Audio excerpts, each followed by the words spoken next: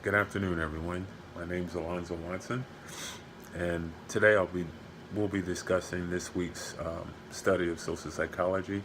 In summary, we'll discuss another element um, of social influence in which how we conform, comply, and obey.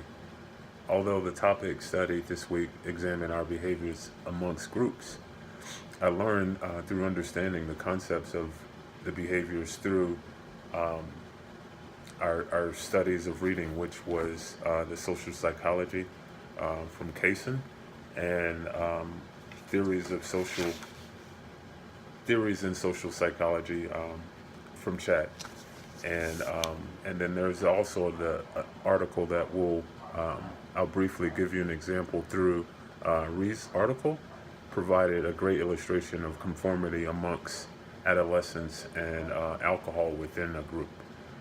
But before I get started, I'd like to first say Happy Thanksgiving to all of you. And I look forward to kind of going through the next 5 topics in which conformity complies to our everyday lives. And like I mentioned before, there's going to be, I'm going to list the 2 questions at the end of the video, and I'll also have them listed on our post. Um, in addition to that, I wanted to provide you the sources in which um, the discussion will take place. And like mentioned already, social psychology, our primary text, and then the theories in social psychology, which is our secondary text, and the article in which, and excuse me for a second, I'm just gonna bend down for a second and pull this article up. But the article is by Carter Rees and Danielle Wallace, The Myths of Conformity, Adolescence from an unhealthy, from all the unhealthy drinking behaviors that's happening out there today. I tried to tie in this article because it made sense for me, but I think it's some good conversation. So kind of what we'll do as I go through the topics, like mentioned, I'll give you the example later on about Reese's article, and then the key points in interest this week. The main question, which will be one of the questions at the end of at the end of the video, which is why do we have the tendencies to conform? And then we'll kind of go down into from conformity. We'll talk about compliance. Why do we comply? And then why do we obey? And we'll also talk about majority influence. I think that's a great concept in which we behave. And then we'll end it with mixed emotions and social dilemmas. Um, so that's kind of what we'll talk about today. So we'll just jump right into it. And the main question is, why do we conform? In my perspective, because we're human, and it's nature to feel a need to interact socially. Being a part of a group allows us to feel safety, feel a feeling of safety and support, as well as knowledge and behavior, guidance. It is within a group interactions that we learn a mental transition from I to we, which in my perspective, I think we conform for many different reasons. There's an assortment of research that says we conform for 2 different reasons, and our textbook says one being informational and the other being a narrative influence.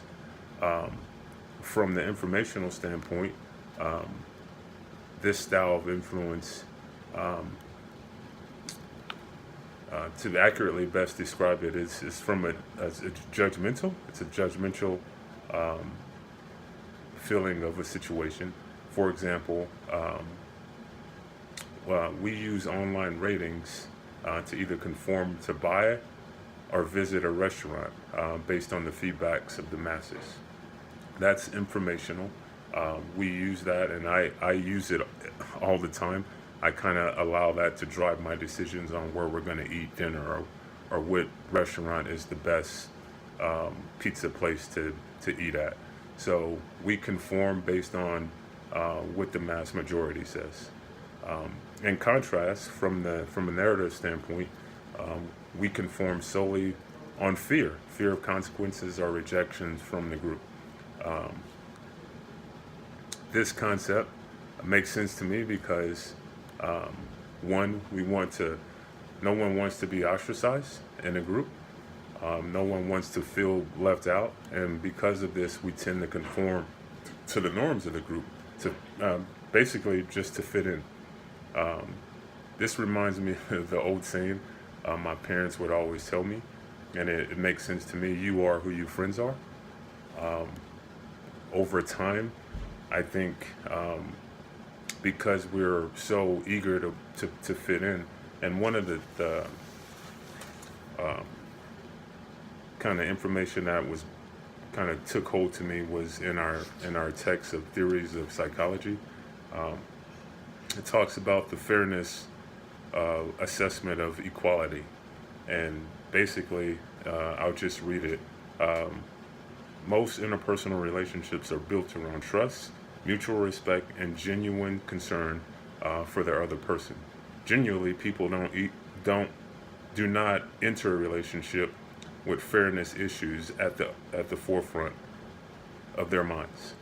However, many people of all different backgrounds and are familiar with the golden rule, and I actually believe this. Treat others as you would like to be treated. Um, it goes no further than that. You cannot expect anything, uh, any type of behavior from another outside of what you're producing for that group or individual. And I read that and I thought to myself, that's the concept in which my parents were talking about, which is you are who your friends are. And over time, I've even heard some concepts in the sense of, for couples that have been married for years, um, that they begin to look like each other from a physical standpoint. And I haven't done any research behind it, but I can see, I've kind of paid attention to that along the way. And I can see how we become one in that aspect. And so the big question that I'm looking for as we go through this week's discussion is to hear your viewpoint on why do we conform. There are many theories out there. The Ash theory that talks about um, just through the general group, people tend to just go along with the norm. And then there's, as I transition into the next topic, which is the minority influence, which I also think um, is a real strange concept whenever you think about the conformity. And basically the concept of majority influence from a conformity standpoint is difficult for many. I like this concept from a leadership perspective because there is a sense of independence associated here. Research has found that what's called majority slowness effect, and it's all based around the delay response from people expressing the unpopular decision. And this information came from our text, social psychology, our main text, and basically what this is in my perspective, my majority influence has the tendency, the tremendous impact on leadership because there are people that look up to you, and these are the people that stand up by their beliefs regardless of what the majority says. And kind of what we talked about with the Reeves article, and this is the example, suggests that the minority can have a more influential effect than the majority in that domain in the sense of alcohol.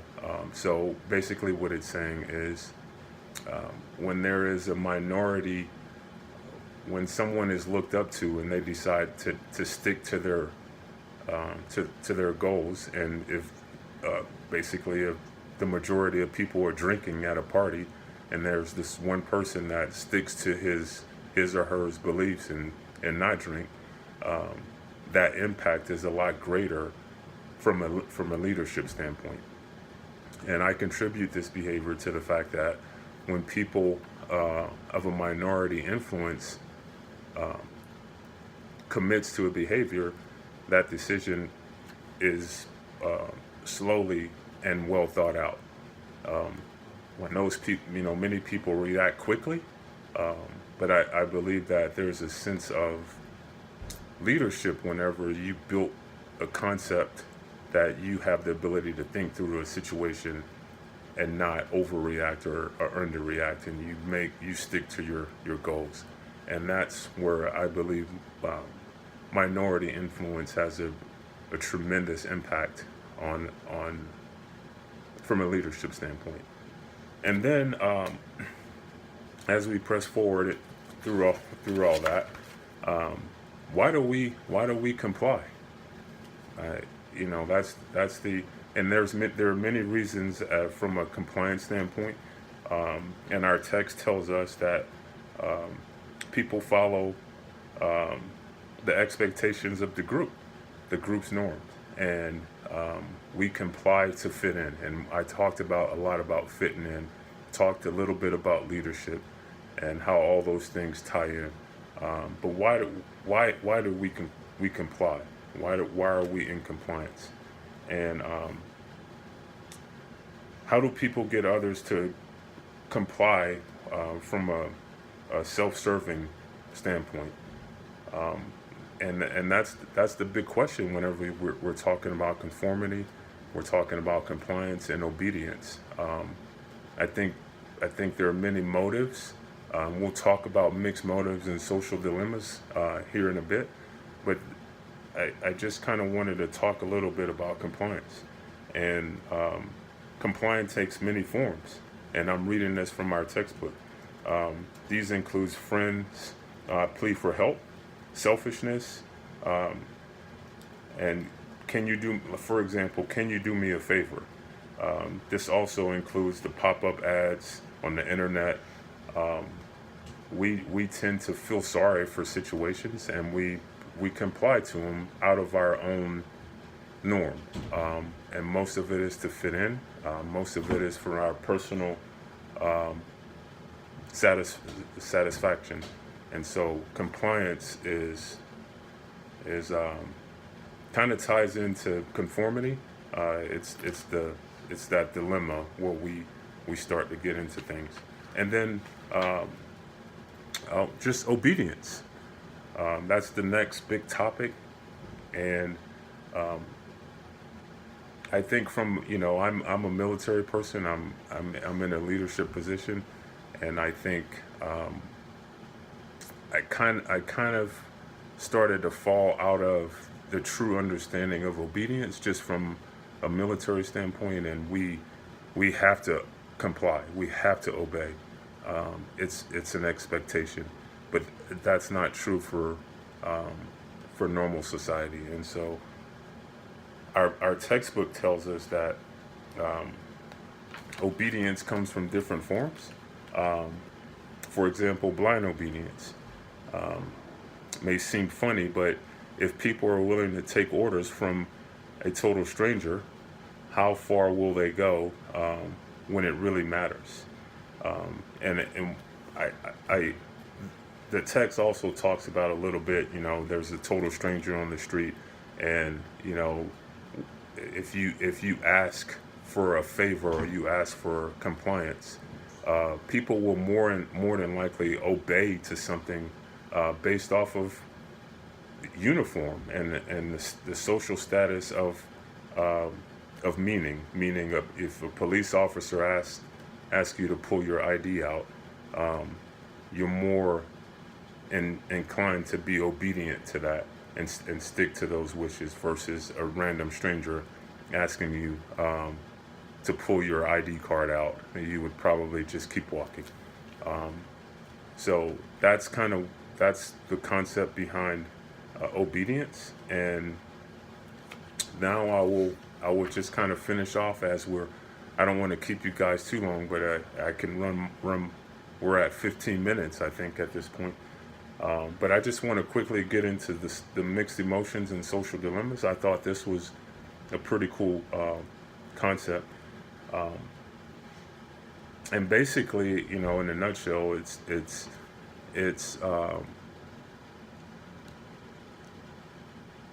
the concept. It's challenging because it requires us to think about everyone's best interests in a given situation. What can be great for yourself is sometimes devastating to others, and it's called a social dilemma. And our text talks about it. Often, we are pursuing our own self-interest, like in my case, with the possible PCS. I moved to Colorado Springs, which was great personally for me and my girlfriend's relationship. However, because of the momentum that my commander and I have built within our unit back in California, there is going to be a setback for them. The situation has mixed motives and is causing a social dilemma for me. The approach overall enhances the ability to remain unselfish and always think about the big picture.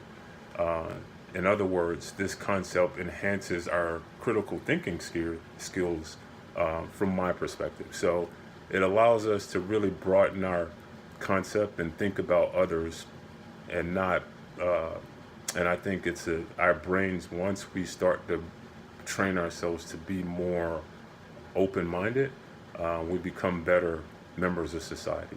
So that's what I have for you this week. I appreciate your time. Thank you.